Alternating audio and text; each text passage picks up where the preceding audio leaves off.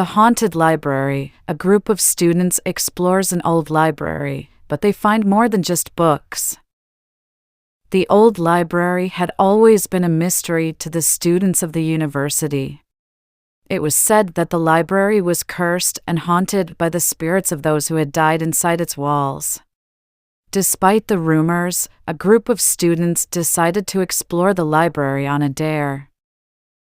As they entered the building, they were greeted by the eerie silence of the deserted library. The students walked through the dark hallways, their footsteps echoing through the empty corridors. They were fascinated by the old books that lined the shelves, their covers faded and worn with age. But as they explored deeper into the library, strange things began to happen. The students heard whispers in the shadows and saw ghostly figures lurking behind the bookshelves. They began to feel a sense of unease, as if they were being watched by something unseen. Suddenly, a loud crash echoed through the library. One of the students had accidentally knocked over a bookshelf, revealing a hidden staircase leading to the basement. Intrigued, the students made their way down the stairs, not knowing what horrors awaited them below. As they reached the bottom of the stairs, the students found themselves in a dimly lit room filled with ancient artifacts and strange objects. In the center of the room stood an old book with an ornate cover. One of the students picked up the book, and as they opened it, a dark energy filled the room. The students quickly realized that they had unleashed an evil spirit that had been trapped within the book for centuries.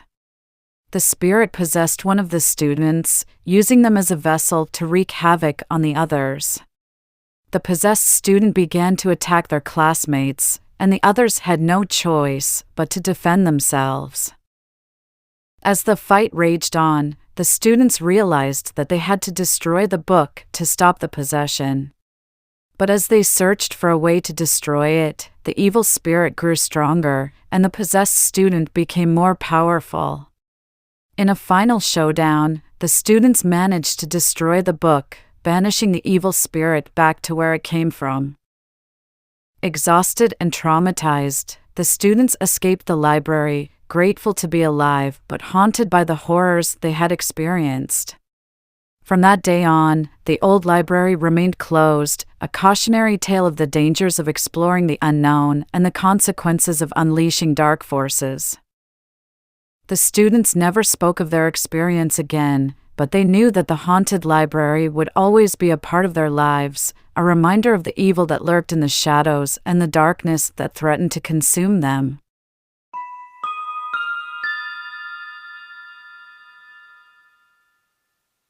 John had always been a devoted father to his daughter, Emily. From the moment she was born, he knew he would do anything to protect her. But when she turned 13, strange things began to happen. Emily started acting out of character, speaking in strange languages, and exhibiting superhuman strength. John knew something was wrong, and he feared it might be beyond his control. One evening, as John returned home from work, he found his daughter in the living room, surrounded by flickering candles and symbols drawn on the walls. Her eyes were black, and her voice was not her own. John realized that his worst fears had come true. Emily was possessed by a demon. John did not know what to do, so he turned to a local priest for help. The priest advised him to perform an exorcism, but warned that it was a dangerous process that could put Emily's life at risk. John knew he had no choice. He could not let the demon continue to torment his daughter. He spent the next few days preparing for the exorcism, studying ancient texts and gathering the necessary materials. When the day finally came, John stood by Emily's side, praying as the priest began to chant. The room was filled with an eerie silence, and the air grew colder by the minute. As the exorcism continued, John could see Emily writhing in pain, her body contorted in unnatural ways. The demon's voice grew louder, and John could feel its presence in the room. He could not give up now. He had to keep fighting. Hours passed, and the exorcism seemed to be taking a toll on both Emily and the priest. John's heart sank as he watched Emily's body go limp. He thought it was all over, but suddenly, she opened her eyes, and they were back to their normal color. Emily had been freed from the demon's possession. John breathed a sigh of relief, grateful that his daughter was safe. But as he looked around the room, he realized that the demon was not gone. Its presence lingered, watching, waiting for another opportunity to take hold. John knew that the fight was not over. He had to remain vigilant, always watching for signs of the demon's return. And he would be ready to fight it, no matter the cost.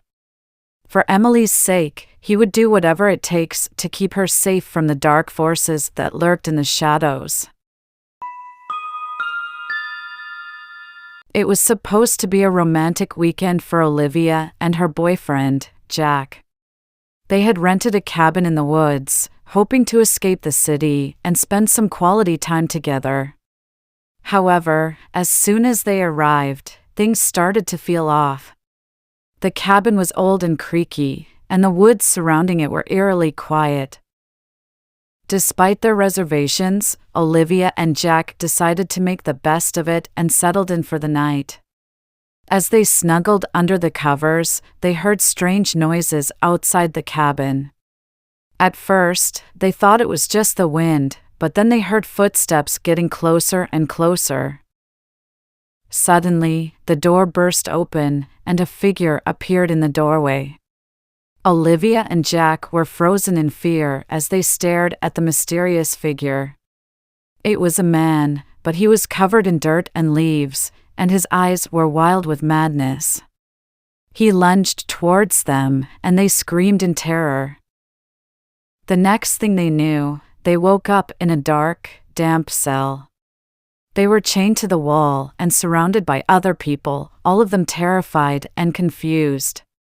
Olivia and Jack had been kidnapped by a group of survivalists who lived deep in the woods. The group believed that the world was coming to an end, and they had taken it upon themselves to survive at any cost. The couple soon discovered that they were not the only ones who had been taken captive. There were other victims, some of whom had been there for years.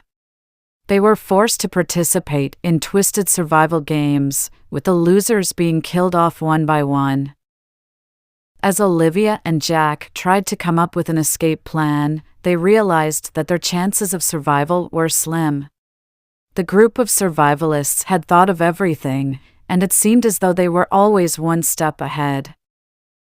One day, Olivia discovered a hidden trapdoor in the cellar of the cabin. It led to a network of tunnels beneath the woods. She convinced Jack to follow her, and they crawled through the narrow tunnels, hoping to find a way out. But as they emerged from the tunnel, they realized that they had made a grave mistake. They were in the heart of the survivalists' compound, surrounded by armed guards. They had been caught, and their fate was sealed. As Olivia and Jack were led to their death, they couldn't help but wonder how they had ended up in this nightmare. They had come to the woods for a romantic weekend, and now they were about to be killed by a group of madmen. In the end, they were just another set of victims, another tragic story of the cabin in the woods.